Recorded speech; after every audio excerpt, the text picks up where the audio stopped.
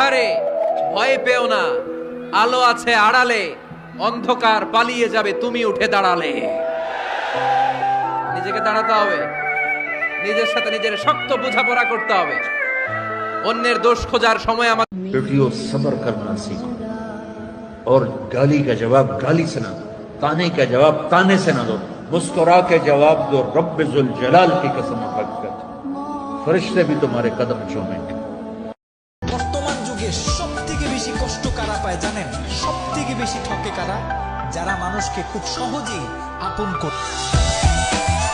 মেয়ে একটু বড় হলেই বাবার প্রথম চিন্তা, আমার মেয়ের সঙ্গে আমি কোন জামাইকে বিয়ে দিব, কোন ছেলে দেখব।